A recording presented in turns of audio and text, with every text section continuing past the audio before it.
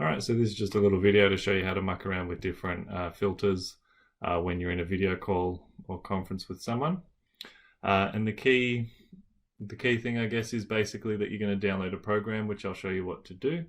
And then it just exists and your computer believes it to be another camera on your computer. So for example, when I go into my meeting settings, it tells me that I have a front camera, a back camera, and the camera I'm using now, which is a snap camera.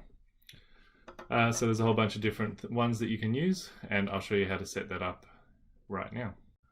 Okay, so what we're going to do is basically we're going to type into Google Snap Camera. That's all there is to it. And then we're just going to download that program. It runs off Snapchat filters, I believe, whatever that means. And then we're just going to open up the app. And in the app, it'll just basically ask us to set things up. We're going to go into the little cog symbol.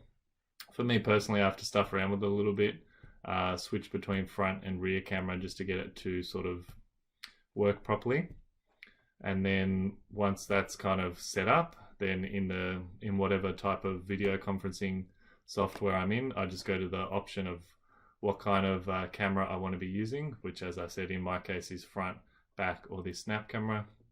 And then as long as I've got the program open and I also have this snap program and the video conferencing open at the same time, then I can go in and sort of pick which thing I want to appear as. Just a bit of fun, nothing especially useful, but yeah, it can be of interest for 5-10 minutes while you're sitting around in a meeting. Cheers.